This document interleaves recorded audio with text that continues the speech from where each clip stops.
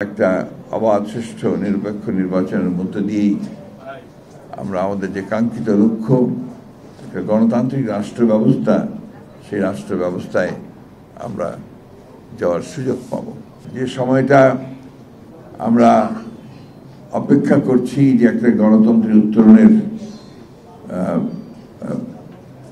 Roadmap আমরা পাব। আমরা যদিও নির্বাচন কমিশন গতকাল রোডম্যাপ দিয়েছে, সেই রোডম্যাপের জন্য অপেক্ষা করছে সবাই। এখন এটাকে ঠিকমতো রাজনৈতিক দলগুলো, প্রতিষ্ঠানগুলো, সরকার তারা যদি এগিয়ে নিয়ে যায়, তাহলে আমরা একটা মোটামুটিভাবে একটা লক্ষ্যে পৌঁছাতে পারব। আমি কয়েকদিন আগে আমার কিছু হতাশার কথা বলেছিলাম। এটা নিয়ে আমার যারা কাছের মানুষ তারা আমাকে কিছু ভর্ৎসনা করেছেন যে আপনি হতাশার কথা বলবেন কেন? আমরা তো আপনার কথায় ইন্সপায়ার্ড হই, অনুপ্রাণিত হই।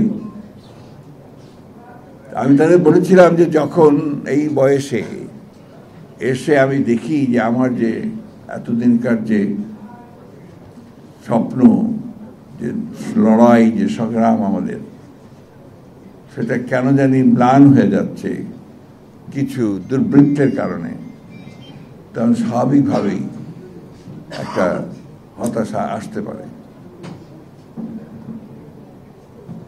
আমরা জানি যে রাজনীতিতে অবশ্যই মতভেদ থাকবে, রাজনীতিতে বিভিন্ন রকম চিন্তা থাকবে, মত থাকবে, কিন্তু এখন যে পরিবেশটা আমাদের আছে, এই পরিবেশটাতে আমাদের জনগণ কিন্তু অত্যন্ত বিভ্রান্তির মধ্যে পড়ে যাচ্ছে।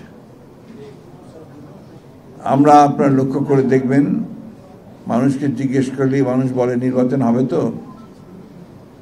এই যে একটা আপনার একটা এক ধরনের শঙ্কা, আশঙ্কা এবং এক ধরনের আপনার হতাশা এসে যায় যে হবে তো। আমি যেটা বলি সবসময় যে নির্বাচন হবেই, এবং যে ঘোষণা দেওয়া হয়েছে সেই সময়টাতেই হবে। এই কারণে যে এর কোনো বিকল্প নেই।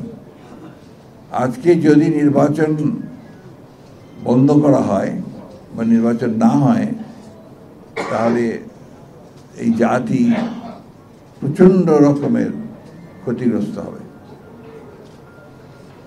এবং ফ্যাসিবাদের ফিরে আসার সম্ভাবনা অনেক বাড়বে। আপনারা নিশ্চয়ই লক্ষ্য করছেন যে বিভিন্ন খান থেকে বিভিন্ন সময় অনেকেই চেষ্টা করছে এই ফ্যাসিবাদকে নিয়ে আবার কথা বলার জন্য, এবং বিদেশেও আপনার এটা নিয়ে কাজ হচ্ছে। তাই নির্বাচনটা খুব দ্রুত দরকার, সে কথাগুলো আমরা বারবার বলেছি, এবং আমরা মনে করি যে একটা অবাধ সুষ্ঠু নিরপেক্ষ নির্বাচনের মধ্য দিয়েই আমরা আমাদের যে কাঙ্ক্ষিত লক্ষ্য একটা গণতান্ত্রিক রাষ্ট্র ব্যবস্থা, সেই রাষ্ট্র ব্যবস্থায় আমরা যাওয়ার সুযোগ পাব।